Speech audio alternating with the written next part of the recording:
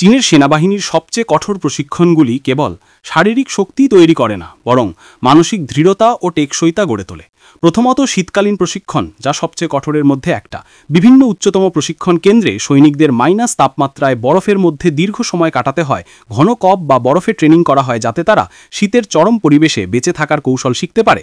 আবার অনেক সময় দেখা যায় সৈনিকদের বরফ খেয়ে অনেকদিন থাকতে হয়। এর ফলে তাদের শারীরিক সহনশীলতা, ঠান্ডা থেকে সুরক্ষা ও জরুরি পরিস্থিতিতে সিদ্ধান্ত নেওয়ার ক্ষমতা বৃদ্ধি পায়। দ্বিতীয়ত আধুনিক যুদ্ধ কৌশল।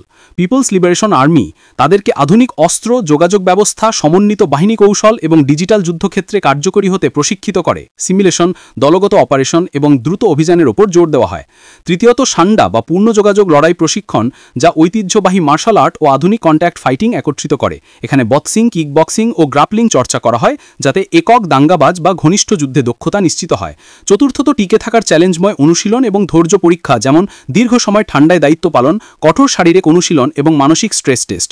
অনেক প্রশিক্ষণে সৈনিকদের ঘণ্টার পর ঘণ্টা ধারালো বস্তু বা ছুরি ধরে রাখতে বলা হয় যাতে ধৈর্য ও নেপথ্য সহনশীলতা যাচাই করা যায়। এছাড়া জাতীয় প্রতিরক্ষা শিক্ষা প্রাথমিক থেকে উচ্চশিক্ষা পর্যন্ত চালু রাখা হয়েছে। মিলিশিয়াদের জন্য সাধারণত 30 থেকে 40 দিনের বেসিক কোর্স থাকে এবং প্রযুক্তিগত মিলিশিয়াদের প্রশিক্ষণ তাদের কাজের প্রয়োজন অনুযায়ী নির্দিষ্ট করা হয়। এই সমন্বিত প্রশিক্ষণ ব্যবস্থা সৈনিকদের কেবল যুদ্ধ কৌশলে দক্ষ করে তোলে না, বরং কঠোর প্রতিকূলতায় টিকে থাকার মানসিকতা ও দলগত সমন্বয় শক্তিও গড়ে তোলে।